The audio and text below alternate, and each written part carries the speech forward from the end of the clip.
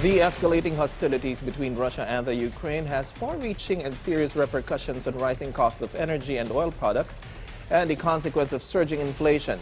Hence, the president gathered his men for a huddle last night to prep the country for national security concerns, economic fallout, protection for aliens and asylum seekers, and other contingencies.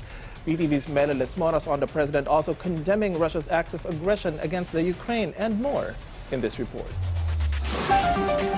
Amid soaring fuel prices topped by the ongoing crisis in Ukraine that is expected to seriously impact the country's economy, President Rodrigo Duterte called on Congress to review the Oil Deregulation Law. Under the law, which was approved way back in 1998, government control is removed to help oil companies become more competitive with their supply and product pricing. According to acting presidential spokesman Carl Nograles at the Laging Handa program today, we call on Congress to review the Oil Deregulation Law, particularly provisions on unbundling the price and the inclusion of the minimum inventory requirements in the law, as well as giving the government intervention powers or authority to intervene when there is a spike and/or prolonged increase of prices of oil products. As a response, House Ways and Means Chair and Albay 2nd District Representative Joey Salceda immediately proposed a 4-point amendment to the law. He said there must be a strategic petroleum reserve in the country, while also agreeing to require unbundling of fuel retail prices. In addition, he also called for price transparency and the creation of a central government database for efficient monitoring. Salceda said his office is in the midst of drafting the proposed measure and will submit it to the House leadership and Malacanang. In a separate statement, House Deputy Minority Leader and Bayan Muna Representative Carlos Zarate also echoed the call to review or even repeal the Oil Deregulation Law. For the Senate side, Senate President Vicente Soto III also agrees with the review of the law but added that a special session must be called by the Chief Executive. Meanwhile, the President also issued other directives in last night's special meeting in Malacanang.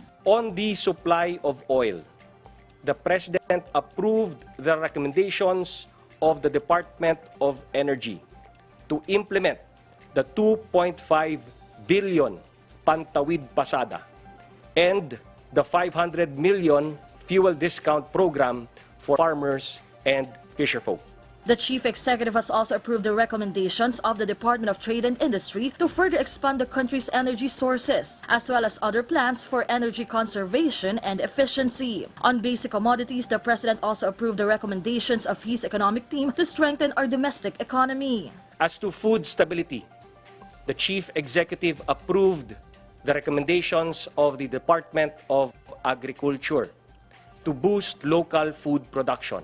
Inaprubahan din ng Pangulo ang rekomendasyon ng Department of Agriculture sa pamamahagi ng fuel discount vouchers sa mga magsasaka at mga mangingisda bilang tugon sa tumataas na presyo ng langis.